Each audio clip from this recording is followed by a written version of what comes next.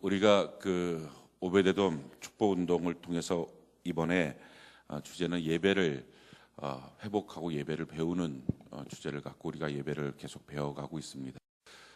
참 감사한 일은 우리 성도님들의 예배가 많이 회복됐다는 얘기를 들었습니다. 그래서 뒤에 분들은 어떻게 예배를 드립니까? 잘 안 보이니까 제가 김동국 목사님한테 물어보니까 김동국 목사님의 첫 마디가 조는 분들이 없어지셨습니다. 이런 행복한 보고를 하셨어요. 그래갖고 예배들이 다 회복됐다. 또 셀에서도 이번 이 기회를 통해서 예배들이 많이 회복되고 있다 하는 얘기를 들으면서 참 감사했습니다. 우리가 이렇게 온전한 성경을 통해서 예배를 배우고 우리의 예배가 회복됨을 통해서 신앙인다운 삶을 사는 은혜가 있기를 바랍니다. 우리 옆분들에게 오늘 이 시간 하나님을 만나는 시간 되길 바랍니다. 이렇게 한번 인사를 합시다. 아멘. 지난주에 이어서 우리 한 번 더 점검을 합시다. 예배는 하나님과의 만남입니다. 아멘이십니까? 예배는 하나님과의 만남입니다. 자, 그러면 분명히 하나님 우리를 만나기 위해서 이 자리에 오셨을 텐데 우리도 하나님을 만나기 위한 마음, 오늘 하나님 만나러 예배드리러 가야지, 이런 마음을 갖고 오신 분 손 한번 들어볼까요? 할렐루야. 봐요, 이 지난주에 비해서는 제가 봤을 때 한 2배 이상, 한 3배 정도 가까이 된 거, 한 75% 정도가 예배를 하나님을 만나기 위해서 오늘 나오는 시간들을 가진 것이 참 너무 감사합니다. 그게 바로 가장 중요한 예배에 대한 준비입니다. 하나님 만나기 위한 예배를 드려야 되겠다 하는 것. 그럴 때부터 우리의 자세와 각오가 달라집니다. 오늘 이 시간에도 우리가 예배를 배우고 또 예배를 그대로 드림을 통해서 우리의 예배가 하나님을 만나는 은혜가 있기를 바랍니다. 가장 어리석은 것은요, 일하기 위해서 일하는 것이고요, 예배가 있어서 예배를 드리는 거예요. 그게 가장 어리석은 거예요. 왜 예배를 드리는지에 대한 목적을 상실해버린 것. 그냥 사니까 사는 거예요. 이것처럼 허무한 인생이 없어요. 그러니까 사니까 사는 게 아니라 삶의 이유와 가치가 있어서 사는 거예요. 할렐루야. 예배의 가치가 있어서 예배를 드리는 거예요. 그러니까 예배가 있으니까 예배 드리는 사람이 오늘날에 너무 많은 거예요. 그냥 예배가 있으니까 예배를 드리는 거예요. 수요예배 오늘 있지, 수요예배 드리자. 거기서 한 걸음 더 나가서 수요예배 잘 드리자. 거기서 그냥 멈춰요. 근데 그 자리라고 하는 얘기를 자기 나름대로 정의를 하는 거예요. 그 자리라고 하는 게 설교 잘 듣는 것, 자리라고 하는 게 찬송 잘하는 것, 자리라고 하는 게 자기가 뭔가 그 예배 시간에 맡고 있는 예배위원회 무슨 사역이 있으면 그거 잘하는 것. 근데 그게 아니에요. 예배의 목적은 하나님과의 만남이에요.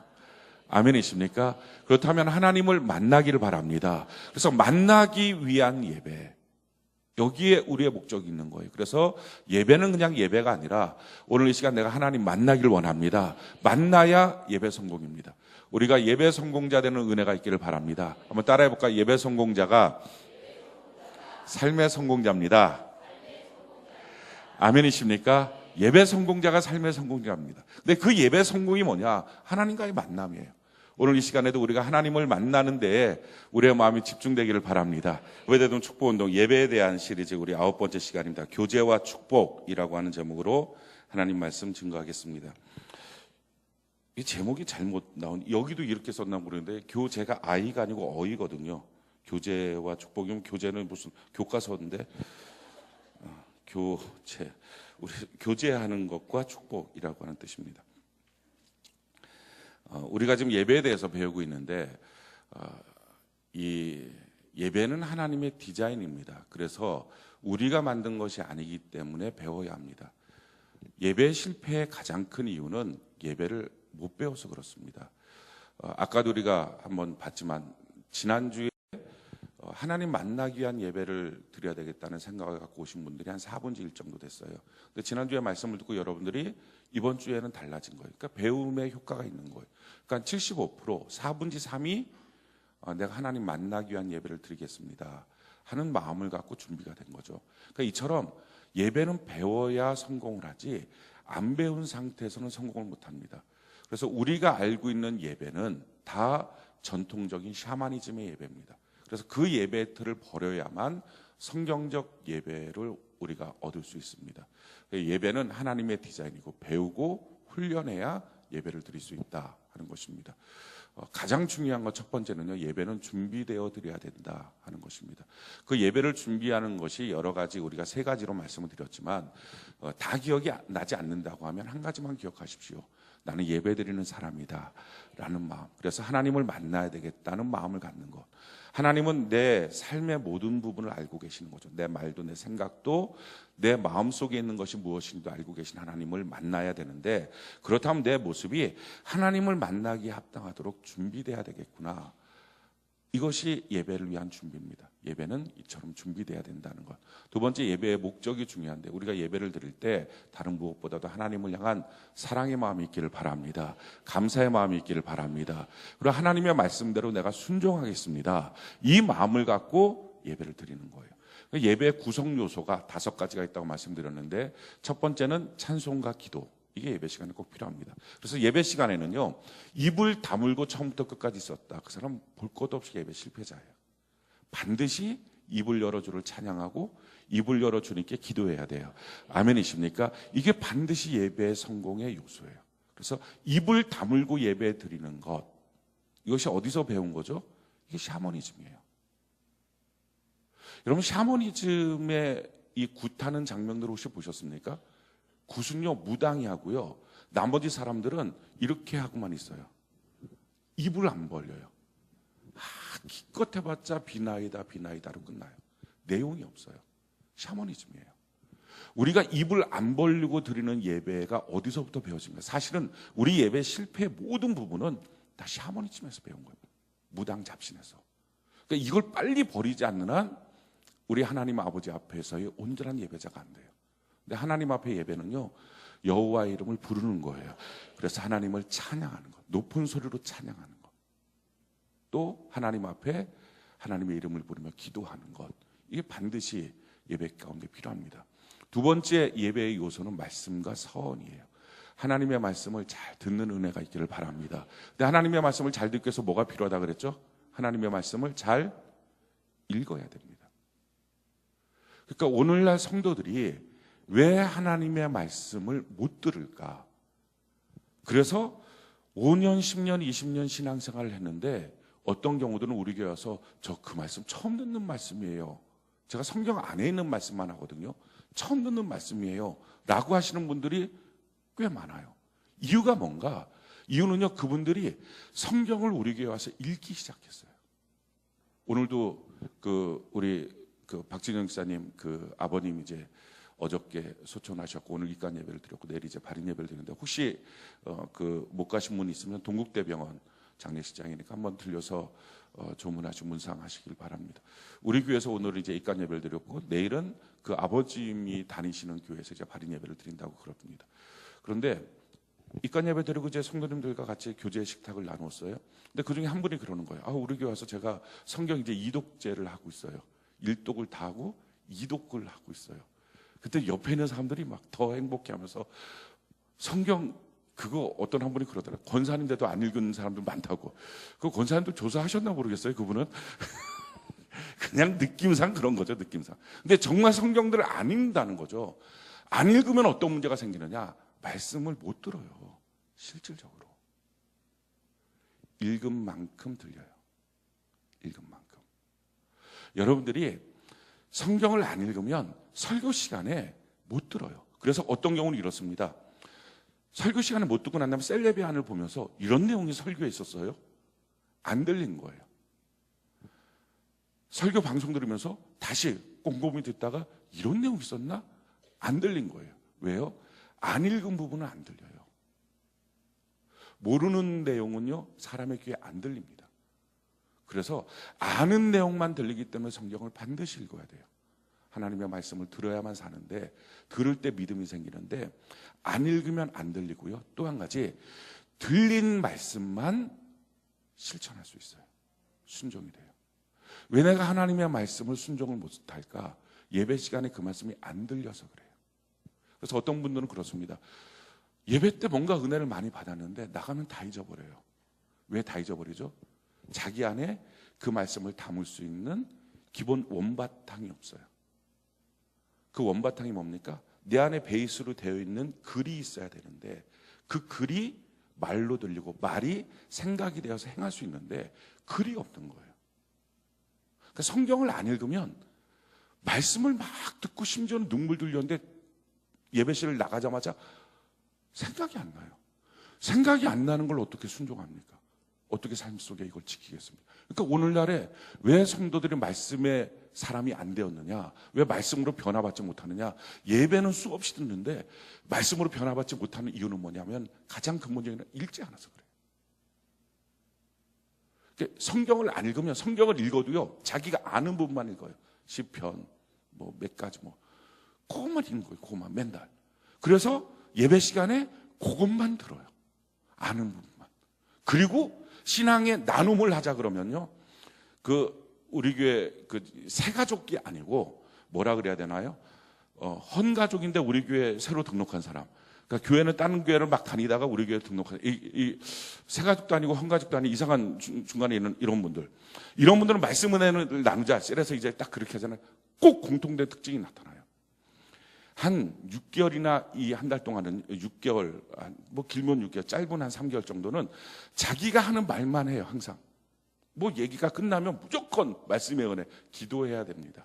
말씀의 은혜, 전도해야 됩니다. 그것 말고는 없어. 맨날 하는 말이. 이유가 뭔지 아십니까? 그것만 읽은 거야. 아무것도 염려하지 말고 모든 일에 기도와 간구로 너희 구할 감사함으로 하나님의 평강이 너희의 마음과 생각을 지키자. 이거를 읽었어. 그리고 이걸 들었어. 그것도 성경에서 읽은 게 아니라 어디 있는 데서 이렇게 읽어갖고 그 설교 듣고 그 마음속에 남은 거예요. 그 남은 거는 실천하는 거예요. 근데 말을 하자 그러면 정작 그 말밖에 나올 게 없어요. 지난 주일날 무슨 말씀 있었죠? 없어요. 왜? 읽은 게 없으니까.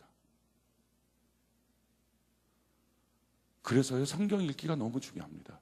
오늘날 이 시대가 말씀의 시대로 바뀌어지려면 모든 성도들이 성경을 읽어야 되는데, 참 너무 가슴 아픈 일은요, 교회들마다 성경 읽기를 부정하는 교회는 없어요. 그런데 이게 모든 성도들이 당연해야 될 의무입니다라고 안 가르치고 하나의 프로그램이 됐어요. 성경 통독 프로그램, 성경 읽기 프로그램. 그래서 선택 옵션이 된 거예요. 참 안타까운 거예요. 만약에 여러분들 가운데서도 성경을 꾸준히 읽지 않는다면 창세기부터 요한계시록까지 최소 하루에 3장씩 읽어야 된다고 말씀드렸어요. 그래야 성경 1년에 일독합니다. 그렇게 꾸준히 읽지 않는다면 어느 순간에 가서는요, 자기의 신앙은 막혀요. 왜 막히느냐? 못 들어서 막혀요. 그러니까 예배 시간에 조는 거예요. 그때부터는. 그리고 예배에 들어왔다 나갈 뿐이지 예배를 통해서 변화받지가 않아요. 성경 읽기. 성경 읽기가 돼야 말씀을 듣고, 말씀을 들을 때 반드시 예배 시간에 해야 될 일은 그 말씀을 듣고 서원하시길 바랍니다. 지난주 주일날 말씀이, 오전 예배 말씀이 뭐였었죠? 제목이 예배 성공자, 삶의 성공자. 그럼 이 예배 성공자, 삶의 성공자의 내용 중에서 내게 주신 하나님의 레마의 말씀을 붙들고 아멘, 내가 이렇게 하겠습니다, 서원하는 거예요. 오후 예배 말씀이 뭐였죠? 리더의 자격. 그래서 교만한 자리에 있지 말라. 겸손해야 된다. 말만 하고 너는 행하지 않는 이런 일들을 하지 말라. 이런 내용들이었죠. 그러니까 그 안에서 내게 레마의 말씀으로 잡은 것, 그 말씀을 붙잡고 그 말씀을 지키든지 못 지키든지 계속 내 마음에 담아 있어서 그걸 지키려고 애를 쓰는 가운데서 뭐를 맞이해야 돼요? 수요 예배를 맞이하는 사람이 그 수요 예배 때 기도하면 환난 자리에서 건져주시는 거예요. 이 하나님의 조건이에요. 근데 이걸 안 하니까 예배 시간에 나와도, 환난 속에 나와도 건짐받지를 못하는 거예요. 환난에서 건짐받는 건요, 급하다고 건짐받는 게 아니에요. 힘들다고 건짐받는 게 아니라 하나님의 조건대로 따라가야 건짐받아요. 왜요? 하나님은요, 누구든지 한순간에 다 전능하신 하나님이 이렇게 세울 수 있어요. 변화시킬 수 있어요. 근데 문제는 그 변화가 그 인생의 중요한 이유가 되려면 그 삶의 신앙, 인격과 믿음의 수준이 바뀌어져야지 더 의미가 있잖아요. 그러니까 그걸 하기 위해서 하나님 그 과정을 연단하시는 거예요. 그래서 말씀과 서원, 이게 반드시 필요합니다. 우리 성경 읽기에 항상 있는 은혜가 있기를 바랍니다. 그러니까 날마다 성경 읽기. 근데 성경 읽기가 꾸준히 되려면요, 큐티밴드에 꼭 올리십시오. 그거 꾸준히 돼요. 왜냐하면 자기가 자기를 신뢰하지 못해요. 여러분 신뢰할지 몰라도 저는 저를 신뢰를 못해요. 지금까지 제가 한 170동 넘게 성경을 읽어도요, 내가 나를 신뢰를 못해요. 내가 오늘도 말씀 앞에 살 수 있는지가 신뢰가 안 돼요. 그래서 아침에 일어나자마자 가장 먼저 아무 말도 안 하고 아무 소리도 안 하고 성경을 먼저 펴고 그 앞에서 기도하고 성경을 읽기 시작하고, 그리고 큐티밴드에 올려요. 제가 저와의 약속이고요. 제가 교회와의 약속이고요. 성도하고의 약속이에요. 나는 오늘도 하나님의 말씀을 읽고 이 말씀을 적용하기 위해서 이렇게 기도하고 이 말씀 가운데 성령의 조명하신 가운데 내 삶에 적용할 내용을 이렇게 고백합니다. 이걸 하는 거예요. 왜요? 내가 나를 신뢰를 못하니까. 그래서 하루하루가 지켜지는 거예요. 그래서 큐티밴드에 올리는 것과 안 올리는 것은요, 천양지차예요. 성경을 읽는 깊이도 다르고요, 내용도 다르고요, 결단도 다르고요, 꾸준함도 달라요. 큐티밴드에 안 올리면 꾸준해지지가 않아요. 일단 시간이 꾸준하지가 않아요. 들쑥날쑥해요. 날마다도 급한 일 있으면 한두 번 빼먹기도 해요. 온전하지가 않아요. 그럼 말씀의 사람이 안 돼요. 저는 여러분들이 항상 말씀의 사람 되는 은혜가 있기를 바랍니다. 오늘은 세 번째 시간입니다. 오늘 이 말씀과 서원에 대한 내용이 아니고요, 이건 지난주까지의 내용을 점검했던 거고요. 오늘은 세 번째, 교제와 축복에 대한 내용입니다. 예배의 구성 요소 중에 가장 우리가 간과하기 쉬운 것 중 한 가지가 이 교제와 축복이에요. 근데 오늘 성경을 한번 볼까요? 히브리서 10장 19절에 보면, 그러므로 형제들아 우리가 예수의 피를 힘입어 성소에 들어갈 담력을 얻었나니 그 길은 우리를 위하여 휘장 가운데 열어놓으신 새로운 살 길이요 휘장 곧 그의 육체니라. 또 하나님 집 다스리는 큰 제사장에 계심에 우리가 마음의 뿌림을 받아 악한 양심으로부터 벗어나고 몸은 맑은 물로 씻음을 받았으니 참마음과 온전한 믿음으로 하나님께 나아가자. 이렇게 우리가 하나님 앞에 나아가는 예배, 하나님을 만나는 예배, 그러면 하나님이 우리의 마음과 우리의 생각을 다 씻어주시는 그런 은혜가 있고요. 또 우리의 하나님은 약속하시는 하나님인데 믿는 도리의 소망을 움직이지 말고 굳게 잡아서 하나님께 나아가야 된다라고 하면서 이 예배에 대한 정신을 말하면서 반드시 들어가야 될 내용이 24절이죠. 24절 우리 같이 읽어볼까요? 시작. 서로 돌아보아 사랑과 선행을 격려하며. 자, 보십시오. 하나님 앞에 온전한 예배를 드릴 때 꼭 빼먹지 말아야 될 것은 하나님만 보는 게 아니라 서로 돌아보아 사랑과 선행을 격려함. 이게 예배의 구성 요소라고요. 그러니까 예배는요, 하나님 만나는 것과 함께 공동체를 만나는 것, 이게 예배예요. 그래서 이 교제가 없으면 온전한 예배가 되지 않습니다. 우리 예배 드릴 때 마지막 찬송 부르잖아요. 여호와는 내게 복을 주시고, 그죠? 서로 보면서 이거 무지하게 어색해하는 분들 많아요. 시선이 막 이렇게 위로 갔다 아래로 갔다 이렇게 저기 갔다.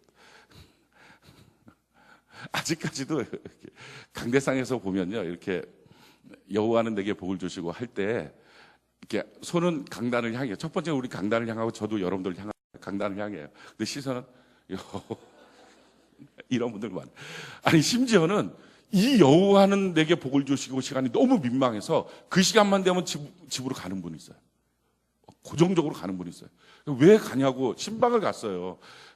제가 그 문제 때문에 신방을 갔겠습니까? 다른 것 때문에 이렇게 사업장을 오픈해서 신방을 갔는데 그분인 거예요. 근데 너무 어색하고 오글거려서 도저히 그 자리에 있어서 뛰쳐나가, 급한 마음으로 뛰쳐나간다고. 근데요, 그게 교회의 예배에 반드시 있어야 될 요소예요. 서로의 교제가 없는 예배는 예배가 아니에요. 설교가 없는 것과 똑같아요. 찬송과 기도가 없는 것과 똑같아요. 그래서 아무도 모르는 곳에 나 혼자 가서 예배 시간에 예배 드리고 집으로 가야지, 이거는 예배가 아니에요. 실패한 예배예요. 평생 가도 하나님을 못 만나요. 그러니까 이렇게 드려지는 예배 가운데 자기가 너무 지나치게 열심을 내면 귀신 들 수가 있어요. 그 기도원 가서 종종 그래요. 모르는 사람들끼리 앉아갖고 막 기도해요. 귀신 드는 거예요. 그러니까 예배는 하나님 앞에서의 열정과 성도들끼리 서로 돌아봄이에요. 왜냐하면 교회의 신앙생활의 구성 요소가 뭐냐? 가장 여러분들이 잘 아는 거 하나님 사랑, 이웃 사랑입니다. 이거는요, 모든 신앙적 요소에 다 들어가 있는 거예요. 단 하나에만 들어가 있는 게, 이게 예배 안에도 하나님 사랑, 이웃 사랑이 다 들어가 있는 거예요. 함께 한다는 것, 이게 다 들어가 있는 거예요. 성경이 이렇게 말해요. 에베소 3장 6절 우리 같이 한번 읽어볼까? 시작. 이는 이방인들이 복음으로 말미암아 그리스도 예수 안에서 함께 상속자가 되고 함께 지체가 되고 함께 약속에 참여하는 자가 됩니다. 함께 하는 거라고요. 이게 신앙생활의 핵심이라고요. 에베소서 2장 21절 같이 한번 읽어볼까? 시작. 그의 안에서 건물마다 서로 연결하여 주 안에서 성전이 되어가고. 아멘. 이 말씀 무슨 말씀입니까? 한 성도는 그냥 한 성도 개체가 아니라 연결되어 있습니다라는 거예요. 영적으로 다. 따라서 연결되어 있는데 연결됨을 거절하면 그는 성도가 아닙니다. 그래서 이미 예배자가 아니에요. 예배 준비 중에서 우리가 성전의 예배에 대해서 말씀드렸어요. 왜 교회 공동체 안에서 함께함이 예배의 준비가 될까? 이유는 연결되어 있음이 끊어지는 순간부터 예배자가 아니에요. 오늘날 성도들이 이 사실을 몰라요. 혼자 여신내고 혼자 기도하고 혼자 예배드리고 그러면 예배가 되는 줄 알아요. 근데 그거는 예배가 아니에요. 그러니까 그 예배를 평생 드려도 하나님을 못 만나요. 그래서 우리가 해야 될 일은 뭡니까? 에베소 4장 3절 같이 한번 읽어볼까? 시작. 평안에 매는 줄로 성령이 하나 되게 하신 것을 힘써 지키라. 하나 되게 하신 걸 힘써 지키는 거. 이게 필요해요. 우리를 하나 되게 하셨다. 그걸 힘써 지키는 가운데서 예배를 드리는 거예요. 그래서 예배를 뭐라고 말하느냐? 마태복음 5장 23절 24절 같이 한번 읽어봅시다. 시작. 그러므로 예물을 제단에 드리려다가 거기서 내 형제에게 원망 들을 만한 일이 있는 것이 생각나거든 예물을 제단 앞에 두고 먼저 가서 형제와 화목하고 그 후에 와서 예물을 드리라. 아멘. 그래서 이 말씀이 있는 거예요. 우리가 생각할 때는 하나님 앞에 예배를 드리고 지금 예물을 작정해서 드리고 이게 얼마나 중요해요. 그러니까 항상 하나님 먼저니까 이것부터가 될 것 같은데 성경은 말해요. 아니, 너 만약에 이 연결성이 끊어져 있다면 어떤 갈등으로 끊어져 있으면 너 예배보다 거기 먼저 가서 만나야 돼. 그래서 해결해야 돼. 그리고 와서 예배 드려야 돼. 왜? 그러기 전까지 너의 예배는 별 일을 다해도 다 실패야. 그러는 사이에 자기가 어떤 감정의 느낌이 있어도 어떤 감동이 있어도 심지어는 어떤 성령의 은사를 받은 것처럼 느껴져도 다 가짜예요. 감정이에요. 그래서 금방 소멸돼요. 그래서 교회 공동체 안의 연결성을 이루지 못하면 예배가 아니에요. 그래서 성경은요, 하나님의 축복이 어떻게 나타나는지에 대한 조건을 말씀했어요. 그것은 연결해서 나타나요. 하나님이 위에서 축복이 아니고요, 연결해서. 다른 말로 말하면 나를 향한 축복은 성도들끼리의 교제를 통해서만 주도록 결정됐어요. 성경이 이렇게 말합니다. 민수기 6장 23절 27절 우리 같이 한번 읽어볼까요? 시작.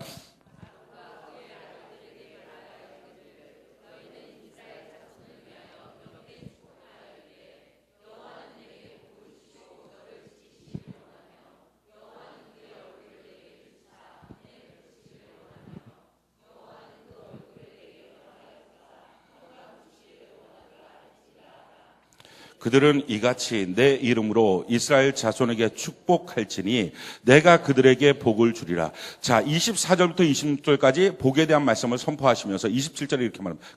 그들이라는 것은 23절에는 아론과 그의 아들들, 지금으로 말하면 목사님, 제사장 뿐만 아니라 지금으로 말하면 여러분들이 다 뭡니까? 왕 같은 제사장, 성도들이에요. 성도들. 그들은 이같이 내 이름으로, 여호와의 이름으로 이스라엘 자손, 영적인 이스라엘 자손 성도들에게 뭐 하라고요? 축복, 복을 빌어주는 걸 축복이라 그래요. 복을 빌어주면 그럼 어떻게 된다고요? 그때 하나님이 들으시고 내가 그들에게 실질적인 복을 주리라. 예배 시간에는 하나님과의 만남이라 그랬어요. 그런 만남 가운데 하나님 우리에게 복을 주신다 그랬어요. 근데 그 하나님의 복은 어떻게 오느냐? 옆 사람과의 소통 속에서 당신에게 복이 임하길 바랍니다. 당신에게 복이 임하길 바랍니다. 그래서 목사님 축도하는 거고요. 그래서 성도들끼리 여호와는 내게 복을 주시고 이 찬양을 부르는 거예요. 그게 안 되면 아무리 기가 막힌 예배를 자기가 최고로 드리고 최상의 예물을 드려도 하나님은 no thank you 안 받아. 그걸 실패한 예배라 그래요. 그래서 예배를 드리고 나면 허무해요. 감정만 있어요. 그래서요, 찬양 집회 같은 거 요즘에는 그렇게 예전처럼 막 흥황하진 않아요. 옛날에는 얼마나 찬양 집회, 목요 찬양 집회라 그래서 많았는지 몰라요. 근데 그 찬양 집회가 막 뜨겁게 찬양 집회로 막 찬송하고 뜨겁고 눈물 펑펑 쏟고 막 펑펑 쓰러지고 난리가 나요. 근데 그 찬양 집회 끝나고 집에 가면 그럼 가요. 이렇게. 아무 일 없이. 맹숭맹숭한 마음으로. 또 심지어는 그렇게 막 하다가 자요. 그리고 집에 가. 그리고 다음 주 목요일 날 또 와서 막 하고. 왜 찬양 집회가 점점점 없어지고 있느냐? 이유는요, 드디어 예배를 발견한 거예요. 그래서 그들의 주제가 이거예요. 우리는 예배를 예배하지 않습니다. 하나님을 예배합니다. 예배를 예배했던 거예요. 그 감정을 북돋아서 막 쾅쾅 들고 정신 못 차리게 만들고 쿵쿵 치고. 그래서 감정을 떨림은 있었지만 예배가 안 된 거예요. 왜? 그렇게 모여놓은 군집은 예배 공동체가 아니에요. 왜 내 교회에서 예배 드려야 됩니다? 이 말씀을 그렇게 지나치게 하느냐? 왜 내가 다른 데 가서 놀러 가서 예배 드리면 안 됩니까? 안 되는 이유는 그것이 저주는 아니지만 그날 예배는 볼 것도 없이 실패라서 그래요. 예배 공동체에 관계가 없어서. 그게 이만큼 중요해요. 축복이 하나님이 그냥 내가 잘하면 나한테 복 주시겠지 그게 아니라 옆 사람한테 있다니까요. 그 교제권에 주의 종의 입술을 통하여 그들이 이같이 내 이름으로 축복하면 그때부터 복을 주겠다. 성도들끼리 복을 하면. 근데 이게요, 서로 모르는 사람한테 여호와는 내게 보시오. 이것과 친밀한 가운데 그의 신앙의 스토리를 아는 사람이 축복하는 것과 같겠습니까? 축복의 깊이와 내용과 폭이 다른 거예요. 그래서 우리가 해야 될 게 뭡니까? 이 친밀함을 만들어가는 거예요. 친밀함. 신앙생활은 이 친밀함이 없으면요, 볼 것도 없이 실패해요. 근데 오늘날에 정말 교회를 보면서 안타까운 거, 비성경적이라고 얘기할 수밖에 없는 게 교인들이 너무 개인주의적이에요. 그리고 예배 군중들이 정말 군중이에요. 예배로 모였다가 흩어지고 말아요. 아무런 관계도 없어요. 그런 예배는 중단해야 됩니다. 왜? 시간 낭비이기 때문에. 그런 예물은 중단해야 됩니다. 왜? 돈 낭비이기 때문에. 그런 봉사는 중단해야 됩니다. 왜? 체력 낭비이기 때문에. 그래서 말라기서에 이렇게 말해요. 내 백성들이 내게로 예배드리러 올 때 내가 그 문을 막아버렸으면 좋겠다. 누구든지 들어오지 못하게 했으면 좋겠다. 왜? 이유가 뭐였어요? 그들의 손이 피에 얼룩져 있다. 그래서 그 피에 얼룩져 있는 이유가 뭐냐? 서로가 서로를 향하여 고통을 주고, 한 가정 안에서는 자기와 결혼했던 그 아내에게 몹쓸 짓을 하고, 어떻게 서로 간에 연결성이 끊어진 그들의 예배를 내가 받을 수 있겠느냐? 그 말씀이에요. 그만큼 하나님은 우리의 하나됨이, 가족됨, 함께함이 중요한데 그걸 몰라요. 우리의 예배의 성공은 함께함이에요. 자, 그 친밀함 우리가 어떻게 만들까? 어떻게 하면 우리가 교회 안에서 이 친밀함, 이게 생명인데 이 친밀함을 이룰까? 첫 번째, 친밀함을 이루는 방법은요, 함께하는 시간이에요. 시간만큼 더 큰 사랑은 없어요. 시간만큼 더 큰 사랑을 주는 건 없어요. 시간은요, 내 생명이에요. 우리는 한정된 시간을 갖고 이 땅에 태어났습니다. 그 한정된 시간에 그 시간을 누구에게 쓰느냐, 어디에 쓰느냐, 그것이 내 인생이에요. 근데 내가 그를 위해서 그 시간을 쓴다는 것, 그게 사랑이에요. 남자들이 이 사실을 잘 몰라요. 그래서 이렇게 얘기하는 사람들이 있어요. 내가 아내를 위해서, 내 자녀들을 위해서 내가 할 수 있는 최고의 것을 다 주고 있습니다. 그들이 필요한 모든 것들을 공급하고 있습니다. 돈도 주고요, 선물도 주고요, 다 주고 있습니다. 근데 왜 이들은 항상 불만 어린 모습으로 나를 보는지 모르겠어요. 점점 나와 멀어지는지 모르겠어요. 이유는 한 가지예요. 함께하는 시간이 없어요. 함께하는 시간. 신앙생활은요, 교회생활은요, 함께하는 시간을 가질 때부터 하나됨을 갖습니다. 성경이 우리에게 이렇게 말합니다. 사도행전 2장 44절로 46절 우리 같이 한번 읽어볼까요? 시작. 믿는 사람들이 다 함께 있어 모든 물건을 서로 통용하고 또 재산과 소유를 팔아 각 사람의 필요를 따라 나눠주며 날마다 마음을 같이하여 성전에 모이기를 힘쓰고 집에서 떡을 떼며 기쁨과 순전한 마음으로 음식을 먹고. 어떤 분들은 이렇게 말합니다. 그래 함께 하고 싶어요. 그런데 꼭 내가 바쁠 때, 내가 급할 때, 내가 뭐가 약속이 있을 때 왜 꼭 그렇게 콜을 하죠? 왜 그렇게 만나야 되죠? 라고 얘기해요. 그 바쁠 때 오시라고요. 그 급할 때 자기가 중요하다고 하는 시간에 오시라고요. 사랑은요, 그거예요. 하나님이 세상을 이처럼 어떻게 하사? 사랑하사. 그래서 뭘 했어요? 독생자를 주셨으니. 내가 주는 것이 내 사랑의 증명이에요. 내가 급하다고 못 가면요, 그만큼이에요. 내가 바쁘다고 못 가면, 내가 다른 일이 있어서 못 가면 그만큼이라고요. 그에 대한 나의 비중은. 교회 공동체 셀로 모일 때, 그래서 저는요, 최소한 변명과 이유는 저한테 설득이 안 된다고 얘기해요. 그건 사랑이 적기 때문이다, 이렇게 말해요. 지금 이들이 어떻게 합니까? 초대교회 믿는 사람들이 다 함께 있었어요. 이들이 바쁜 일 없었을까요? 급한 일 없었을까요? 자기에게 중요한 시간들이 없었을까요? 근데 함께 있었다고요. 모든 물건을 서로 통용하고 재산과 소유를 팔아 각 사람이 필요에 따라 나눠주고, 함께 있으면서 하는 게 뭐예요? 주는 거예요. 계속 자기 거를. 자기가 받는 게 아니고요, 주고 있었어요. 그러고 나서 46절 보니까 날마다 마음을 같이하여 성전에 모이기를 힘쓰고. 방점이 어디에 찍혔어요? 날마다. 우리가 날마다 모입시다. 날마다 만납시다. 싫습니까? 우리 셀장들한테 우리 번개 커피팅 합시다 이렇게 했어요. 그랬더니 한 분이 그러는 거예요. 매주는 좀 그렇고요, 한 달에 한 번 정도는.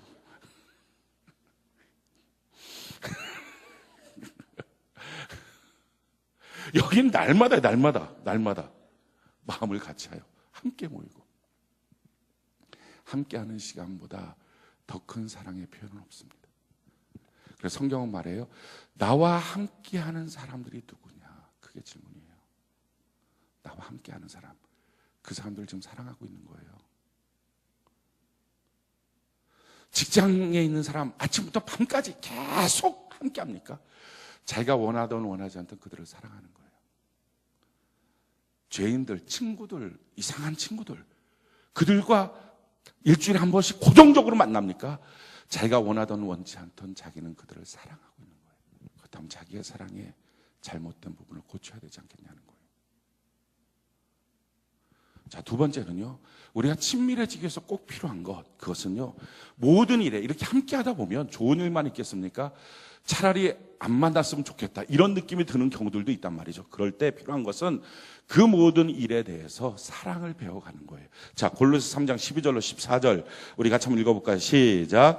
그러므로 너희는 하나님이 택하사 거룩하고 사랑받는 자처럼 긍휼과 자비와 겸손과 온유와 오래 참음을 옷 입고, 누가 누구에게 불만이 있거든 서로 용납하여 피차 용서하되 주께서 너희를 용서하신 것 같이 너희도 그리하고 이 모든 것 위에 사랑을 더하라. 이는 온전하게 매는 띠니라. 자, 서로 간에 누군가에게 불만이 생길 수 있어요.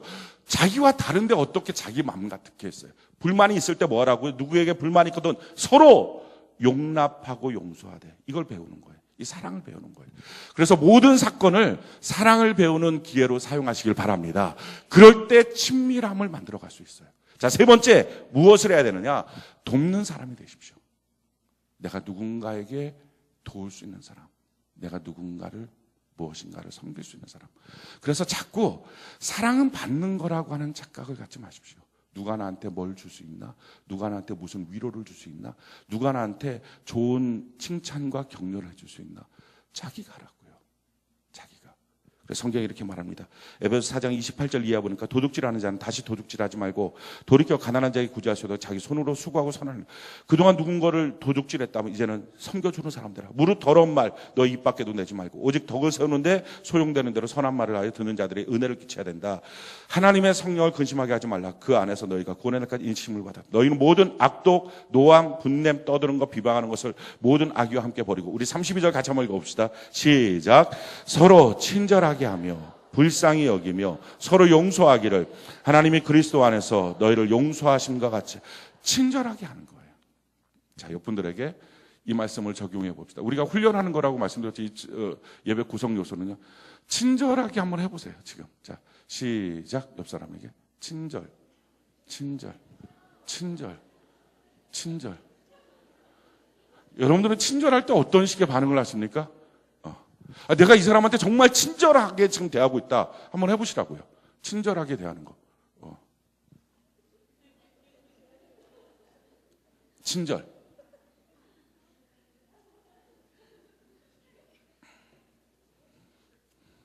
뭐 어떤 거예요? 대체로 지금 보니까 친절이라고 했을 때 나타나는 현상은 웃는 거예요. 첫째는 우리가 미소를 띄고서 서로 보기를 바랍니다. 인상 쓰고 보지 않기를 바라고요. 인상보다 더 안 좋은 거는 무시예요. 이렇게 하고 지나다니는 거. 직진년 인생 이런 거 하지 말고 서로 돌아보는 거. 이렇게 친절한 부드러운 미소. 두 번째는 뭐죠? 친절 이렇게 얘기했더니 이렇게 손을 가서 이렇게 만져요. 이렇게 적당한 스킨십. 동성끼리. 절대 이성이 여기서 하나님의 말씀을 적용하겠다고 선을 넘지 않기를 바래요. 동성끼리. 적당한 스킨십. 자, 다시 한번 해보는 거예요. 친절.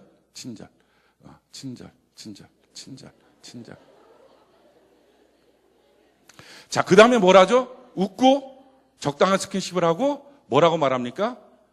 좋은 말을 해줘요. 그게 친절하는 거. 그렇게 모임을 가지기 시작하시라고요. 그러면서 뭘 하라고요? 시간을 내는 거예요. 저는요, 친절함에 있어서의 핵심은 시간이라고 생각해요.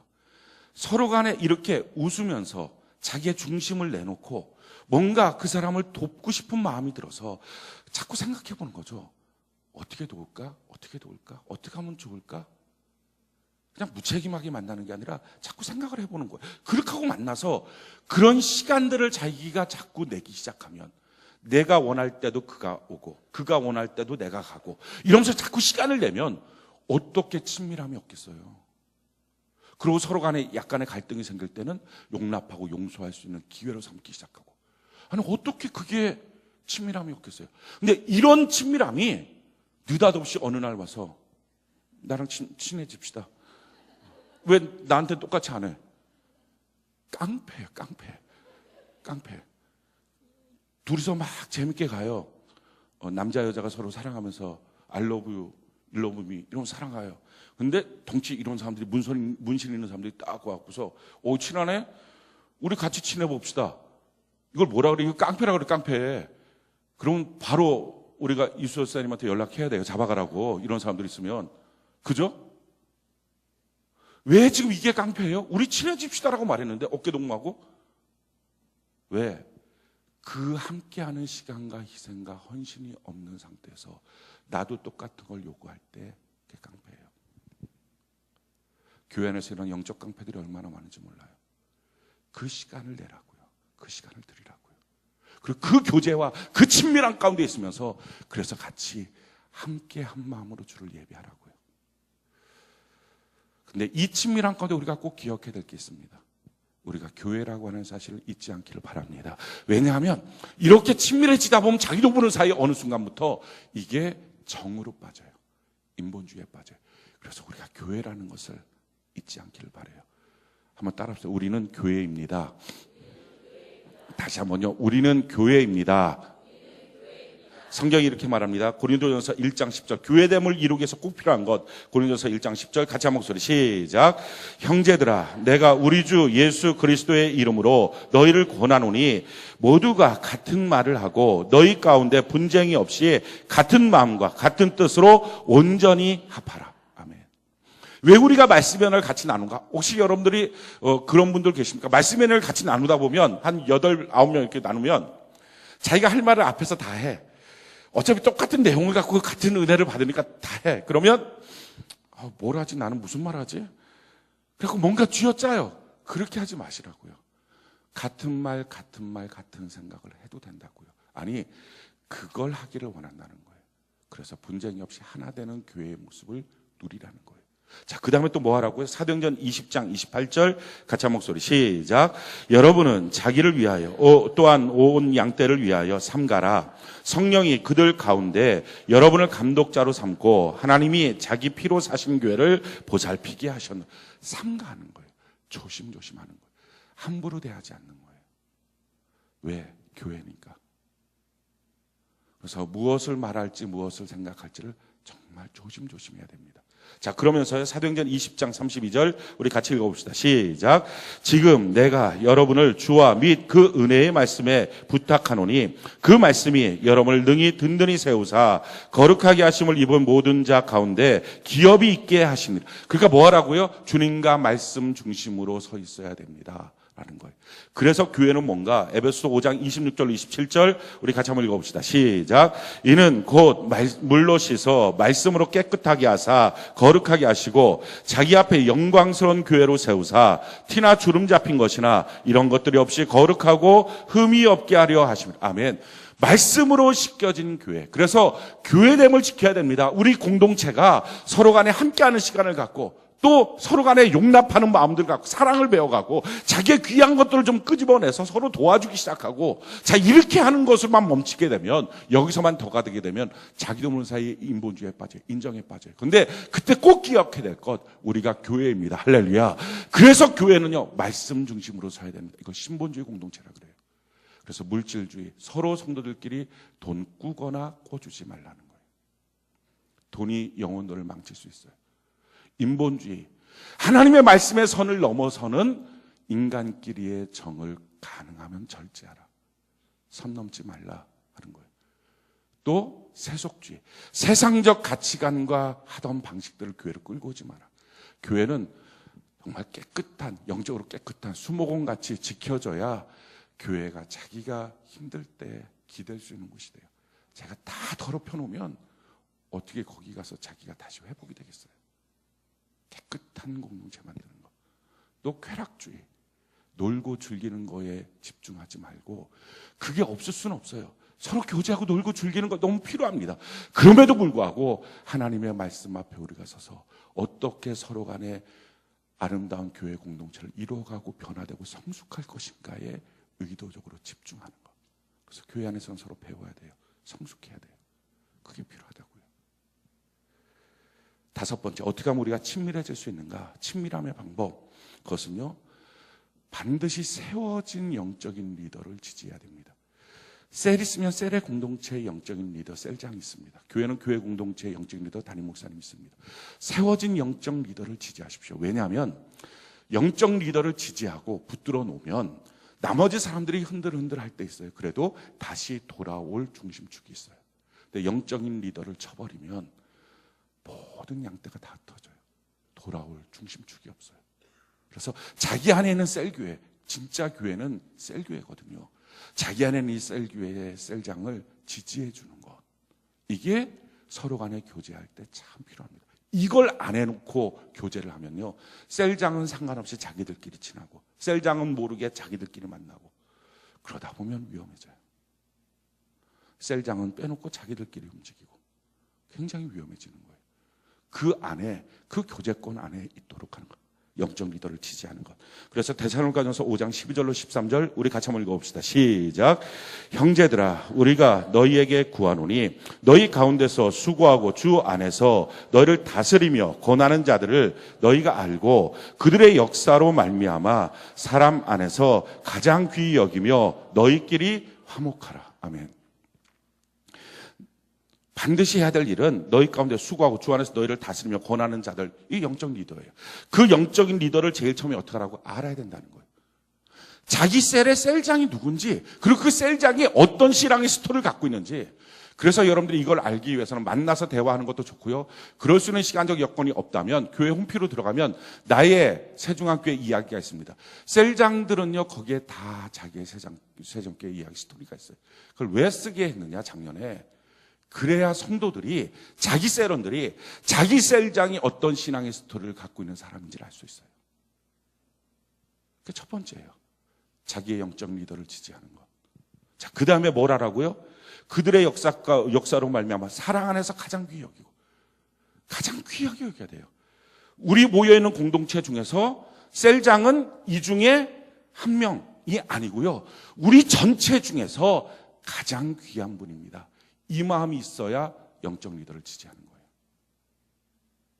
이 사람 나보다도 학력도 떨어지고, 이 사람 나보다도 뭐 떨어지고, 뭐 돈도 없고, 그런 식으로 해서 자꾸 깔아뭉개고 나면요, 그 공동체가 친밀함을 잃어버려요.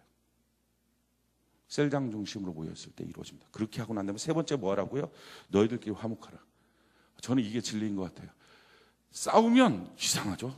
왜 영적 리더를 미워하죠? 지네들끼리 싸우고 지네들끼리 질투하고 시기하고 저 성도는 어쩌고저쩌고 그렇게 하고 난 다음에 꼭 결론은 그 영적인 리더와 저 사람이 친한가 봐. 영적인 리더와 저 사람 관계가 이런가 봐. 영적인 리더를 향해서 대적하고 도전해요. 그렇게 하지 말라고. 너희들끼리 화목하라. 그거예요. 우리 옆분들하고 아까 친절 얘기했죠? 웃으면서 약간의 스킨십을 하면서 싸우지 맙시다. 주님의 명령입니다. 이걸 해보는 거예요. 자, 한번 해봐요.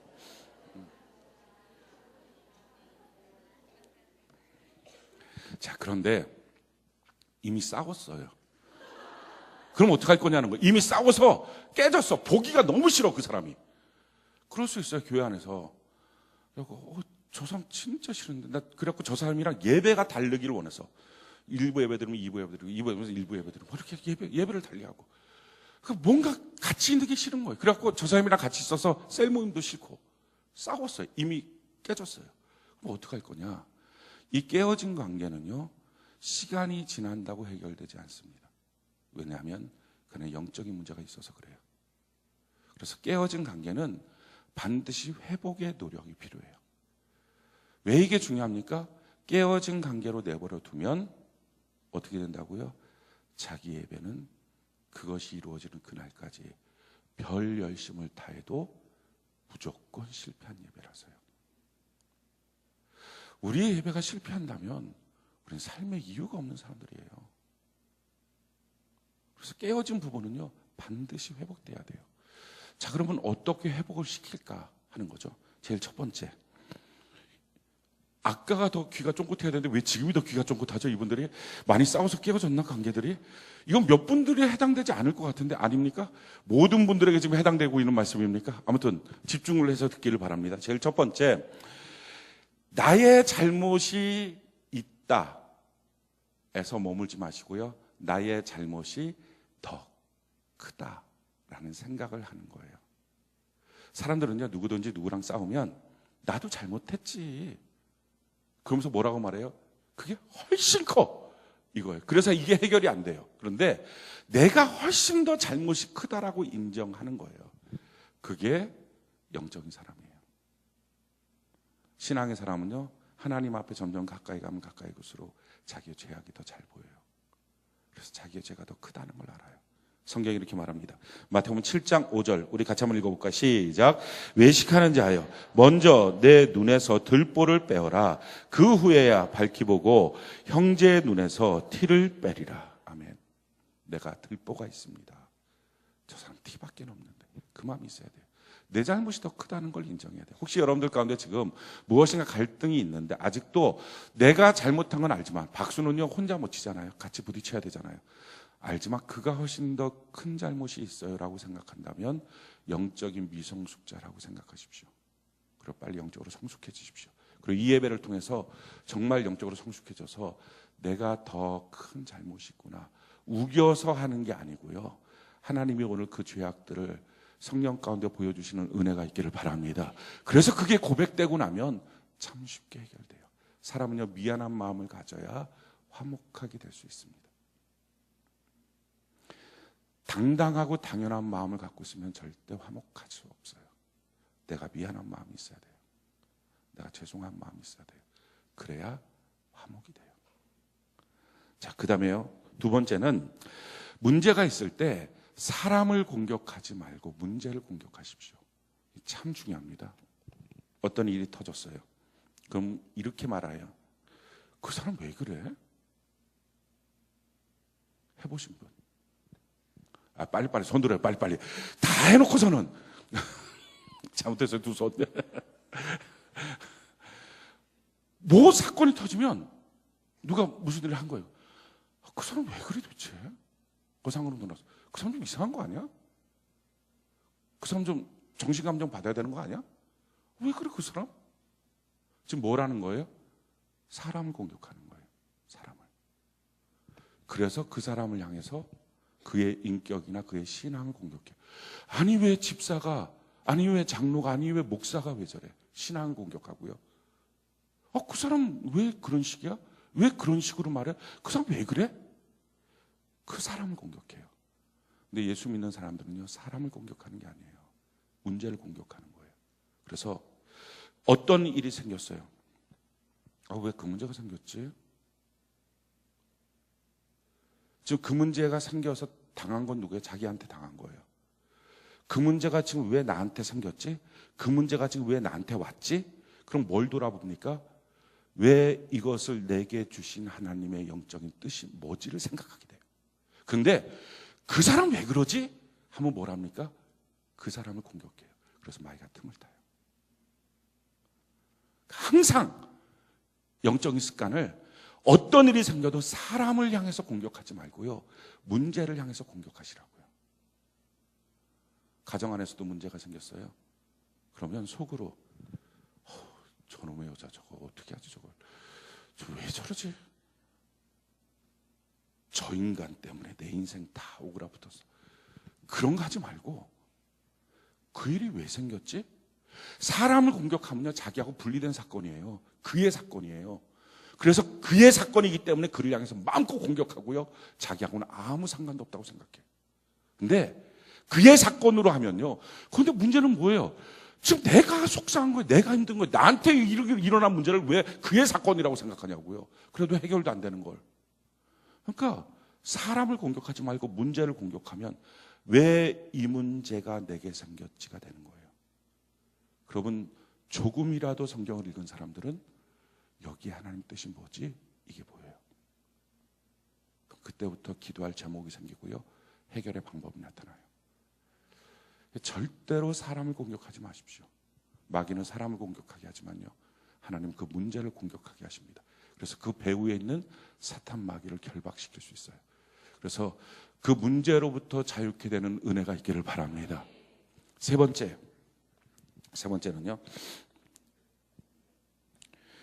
어떤 갈등과 사건이 있어도, 그래서 해결책이 뭐냐, 누구 책임이냐 따지지 말고 화목하기를 그냥 목적으로 삼으십시오.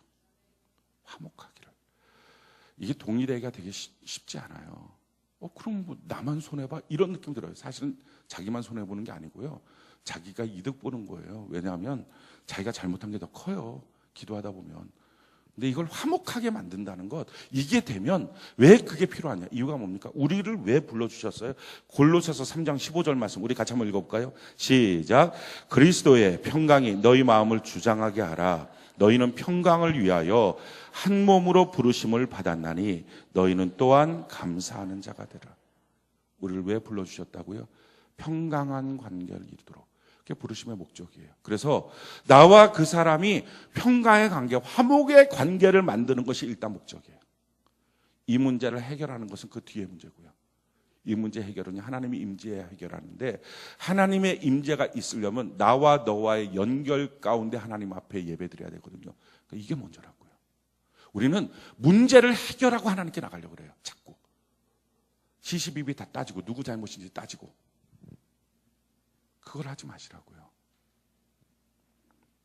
우리가 함께 있을 때부터 역사가 나타나요. 마지막 네 번째, 갈등이 있을 때 가장 조심해야 될 것은요, 뭐니 해도 말 조심해야 됩니다. 말이 그냥 멀리 가요. 그 사람 왜 그런지 모르겠어. 그랬구나, 속상했겠다. 그 사람 쭉쭉 가고, 그 사람이 그 사람 왜 그런지 모르겠다 그러는데, 미치고 팔짝 쭉쭉 가고, 미치고 팔짝 뛴다는데, 한두 번씩은 인생 살면서 경험했던, 특히 이 초등학교 학부모 모임에서는 자주 경험하는 사건들입니다. 말 조심하는 게 가장 좋아요. 그래서 성경이 이렇게 말해요. 잠언 12장 18절 우리 같이 한번 읽어볼까요? 시작. 칼로 찌름같이 함부로 말하는 자가 있거니와 지혜로운 자의 혀는 양약과 같은. 함부로 말하지 마십시오. 생각 없이 확 말하지 마십시오. 저는 세상에 제일 무서운 사람 중에 한 사람이 이런 사람이에요. 저는 뒤끝이 없습니다. 세상에 제일 무서워요. 뒤끝이 없다는 사람은요, 뒷생각 안 하고 마음대로 할 수 있는 사람이라는 거잖아요. 진짜 말 막 하고 그럼 난 뒤끝 없어. 아니요, 뒤끝 있으시라고요. 평생 뒤끝 있으시라고요. 그런데 그가 나한테 한 것이 뒤끝이 아니라 내가 무엇인가 했던 말이나 행동에 대해서 뒤끝을 가지시라고요. 그래서 계속 점검해 보시라고요. 내가 잘못했구나. 내가 지혜롭지 못했구나. 내가 이렇게 반응할 걸. 그걸 해야 된다고요. 그게 성숙이라고요. 저는 우리 교회 성도들 중에 그 누구도 앞으로 저는 뒤끝 없어 이런 말 하지 않기를 바라요. 제일 무서운 인생이에요. 칼로 찌른 같이 함부로 푹 찌르고 난 뒤끝 없어. 이거 얼마나 무서운 인생이에요. 잠언 15장 4절 우리 같이 한번 읽어볼까? 시작. 온순한 혀는 그 생명나무지만 패역한 혀는 마음을 상하게. 그래요. 말 이상하게 해놓으면 그때 마음 상해요. 우리 말 바르게 예쁘게 예쁜 말, 착한 말, 좋은 말 합시다. 올곧은 말, 성경의 말에서 벗어나지 않는 말 우리 하는 은혜가 있기를 바랍니다. 우리가 갖고 있는 것 중에 한 가지 잘못된 생각이 있어요. 세게 말하면 바뀔 거라고 생각해요. 세게 말해서 바뀐 사람 있나요? 이 중에서 세게 말해서 자녀한테 세게 말하면 바뀔 거라고 생각해요. 그래서 자녀한테 말할 때는 누구야 이렇게 해야지 이렇게 말할 때 안 들어요. 그러고서 일단 말도 막 세. 말이 세기 전에 막 입술 이 끝이 막 빳빳하게 굳어져 갖고 세. 우리 말이 세면 그리고 단어도 막 강한 단어, 센 단어 이러면 들을 줄 알아요. 그 뭐지? 이게 어필할 때 뭔가 물건 바꿔주세요 이런 거 할 때 물건 사는 거 물건 바꿔주세요. 이 보세요. 그렇게 이렇게 세게 하면 될 줄 알아요. 짜증나지 않습니까? 그래서 누군가 세게 하면 안 바뀌어요. 사람은 강한 바람이 그의 외투를 벗기는 게 아니에요. 따뜻한 햇살이 외투를 벗기는 것처럼 그렇게 말 심하게 하려고 하지 마시라고요. 그걸로 안 바뀌어요. 부부간의 관계에서도요. 말을 모았다가 심하게 하지 마십시오. 오늘 한 방에 보내리라 뭐 이런 거 제발 꿈꾸지 말아요. 그냥 편안하게 자기가 있을 때 있는 말을 그냥 하시라고요. 잠언 15장 23절 우리 같이 한번 읽어볼까요? 시작. 사람은 그의 입의 대답으로 말미암아 기쁨을 얻나니 때에 맞는 말이 얼마나 아름다운가. 그때에 꼭 맞는 말, 모아뒀다가 독된 말 하지 말고 부드러운 말. 그렇게 해서 우리의 깨어진 관계들이 회복될 수 있도록. 근데 하루아침에 회복되려고 하지 마십시오. 자기가 하고 싶은 말 다 하고 미안해 이제 됐어 이제 마음 풀자 손 악수하고 돌아가요. 그런 거 굉장히 위험한 거 아시죠? 그러면서 꼭 그래요. 근데요 그때 그렇게 얘기해 놓고요 저 사람 여전히 눈빛이 싸늘해요. 당연하지. 마음이 아직 앙금이 안 가셨는데 말만 하고 가면 돼요? 함께하는 시간을 가져야 친밀해지는 것처럼 친밀함이 깨지면 다시 함께하는 시간을 가져야 회복이 되죠. 부부관계도 선물 하나 주면서 한 번 웃었다고 관계 좋아졌다고 착각하지 마시고요. 꾸준히 눈치를 봐야 돼요. 사랑하는 우리 남편들 부인이 뭔가 화나 있어요. 그러면 딱 이렇게 선물 하나 주거나 한 번 웃겨요. 그럼 부인이 피식 웃어요. 저는 웃으면 해결되는 줄 알았어요. 근데 웃음의 의미가 굉장히 여러 가지가 있다는 걸 알았어요. 어이가 없어서 웃을 때도 있다 그래요. 어이가 참 기가 막혀서 웃는 거예요. 내가 기가 막히다고 웃는 경우가 있다고요. 근데 아무튼 그렇게 웃고 나면 남자들이 이게 단순해갖고 다 풀어졌는 줄 알아요. 근데 풀어졌는 줄 알고서 해요. 근데 서늘한 반응이 나와요. 그러면 속으로 이렇게 생각해요. 저 사람 참 진짜 성격 옹졸하다고 뭐 이렇게 오래 품거냐. 그게 아니고요. 그가 화난 시간이 있는데 어떻게 10초 안에 해결되냐고요. 뭐 하나 딱 던져줬다고. 우리가 무슨 강아지입니까? 먹을 거 하나 던져 꼬리치면서 바로 해결되게. 회복의 시간이 있어야 될 거 아니에요. 그러면 그 안 좋고 감정이 안 좋았던 시간이 있으면 회복의 시간만큼도 인내하면서 서로 봐주면서 눈치 봐가면서 뭘 하면 좋을지를 따져가면서 기다려줘야 되잖아요. 그게 진짜 서로의 관계에 대한 의미를 두는 거잖아요. 왜 쉽게 해결하고 끝내려고 하냐고요. 우리의 관계는요 너무 중요해요. 우리는 하나님 안에 한 가정인 줄로 믿습니다. 이 한 가정이 한 몸 되어서 우리 하나님 앞에 예배 드릴 때 우리 하나님 기쁘게 받으십니다. 오늘 시간 이 말씀을 통해서 우리가 하나됨을 누리는 은혜가 있기를 바랍니다. 그래서요, 셀 예배는 너무 중요해요. 우리가 공개적인 이 예배를 통해서는 함께함이라고 하는 걸 잘 모를 수 있어요. 근데 셀 예배에 꼭 들어가십시오. 그 안에서 함께함을 누리십시오. 그 안에 함께하는 시간을 가지십시오. 그래서 그 교제 가운데 어떤 때 불만이 있으면 그 불만을 풀어가는 사랑의 이 용량을 좀 늘리기도 하고요. 그래서 갈등이 생기면 그 갈등을 좀 견뎌내는 인내를 가지라고요. 갈등 하나 생기면 팍 도망치지 말고 그걸 풀어가는 과정을 가지시라고요. 그게 친밀함이에요. 그 친밀함을 갖고 하나님께 나가면 그때부터 하나님 만날 수 있어요. 우리가 다 하나님을 향한 열심이 있습니다. 그런데 어쩌면 우리 옆 사람에 대한 친밀함이 없을 수 있어요. 우리가 이 친밀함을 회복해서 모든 예배마다 하나님을 만나는 은혜가 있기를 예수님 이름으로 축원합니다.